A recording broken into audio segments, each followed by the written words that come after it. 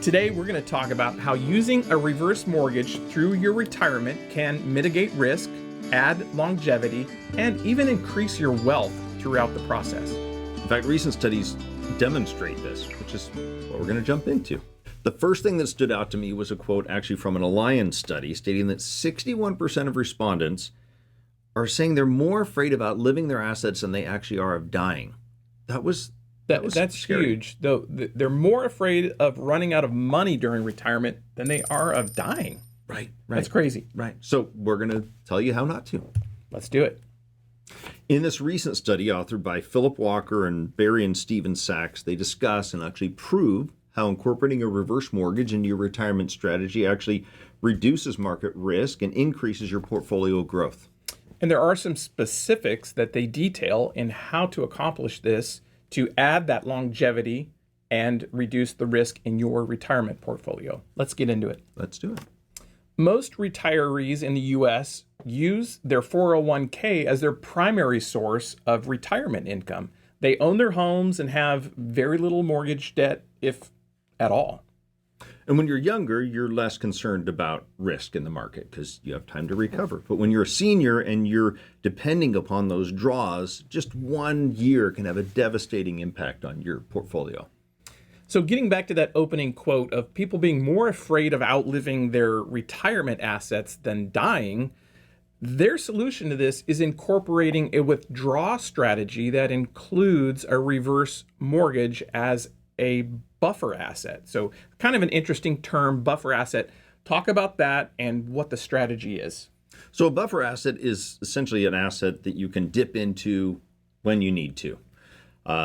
In this idea that they're talking about, if you use your buffer asset, depending upon the market, if the market's having an up year, then great, then pull from your normal retirement, your portfolio. Mm-hmm. If you have a really bad down year, the last thing you want to do is pull from those assets when they're down in value. So at that point, you would pull from your buffer asset and then jump back in and pull from your retirement on the up years. But if you can pull from that buffer asset during low years, we'll see how that really helps your portfolio. The point being leaving as much in your portfolio to rebound during that next year. And essentially just in down years. Right. Up years, great, pull from your portfolio. Mm-hmm. But you want something else to draw from if you can during those down years. So as you mentioned, one example of a buffer asset is a reverse mortgage. And with most reverse mortgages, you've got a line of credit that allows you access to the equity in your home at any time. And it's worth mentioning this line of credit is not just a static amount. It's compounding and growing over time. And that equity in your home, as we always talk about, is kind of useless to you. It's like having that money, that wealth, that value buried underneath your house that you typically can't tap into unless you get a home equity line of credit. Mm-hmm. But then you have to repay a home equity line of credit. Exactly. And so that's why more and more retirement planners are seeing this as a valuable tool that you can use to dip into when you need to. Without penalty. Yes, without penalty. So of all the sources that could be considered a buffer asset, typically your home's equity is the easiest and the cheapest source to draw from. And the income or the proceeds are not taxable. So we're talking a lot about figures and buffer assets and withdrawal strategies, but I'm a visual person. So let's look at this graph. David, what do we see here? So what we're seeing is this coordinated withdrawal strategy in action. And we see that the portfolio value starts at $750,000, and they're making annual distributions of about $46,000. They're adjusting each year based on inflation. But what we're seeing is the stark difference of these three lines. Explain this.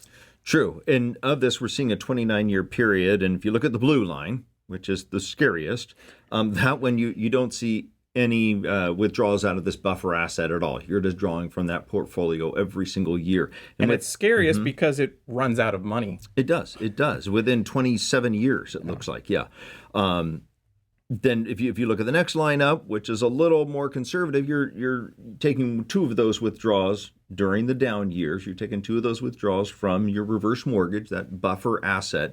And with that, it prolongs the life and the value of your portfolio to the So point. at the 30-year mark, you've still got $339,000 in your portfolio. Correct. Still working for you. Correct. And when you think about it, we talk about this amount that you were drawing annually was $46,000, which is, it's just math. It's 6% of that initial value. So if you're drawing 6% or 46,000, if you skip two 46,000 withdrawals out of this and take them out of a buffer asset, within 29 years, you've actually preserved $340,000 of that portfolio. Okay, what's the difference between then this middle line and the top line? They're both skipping two payments or two withdrawals. Sure, and that's where the idea of the coordinated retirement withdrawal strategy, because the gray line there, the top line, you can see, sure, it preserved $556,000 of your portfolio. But with that, it's just simply they took those draws from the buffer asset earlier in the period. So once again, that idea, the earlier you take those draws, the longer your portfolio has time to recover. Rebound, yes. Exactly. So this is incredibly powerful when you realize that just skipping two withdrawals from your portfolio, replacing them with draws from your reverse mortgage, significantly adds to the growth and the longevity of your retirement. And what's so amazing is that the study shows that the strategy has a 95% success rate in extending the life and growth of a portfolio. And that's why more and more financial planners are incorporating this strategy regardless of an individual's income level. It really is a huge paradigm shift within the financial services industry. And this proven strategy works regardless of your portfolio value. It's all percentages. So for your more modest portfolios or your very high net worth individuals, we're finding success with this because it's all exponential growth. Right. Well, we've covered a lot today. If you have questions about your own personal scenario, give us a call. We'd love to chat. We're the Reverse Mortgage Group.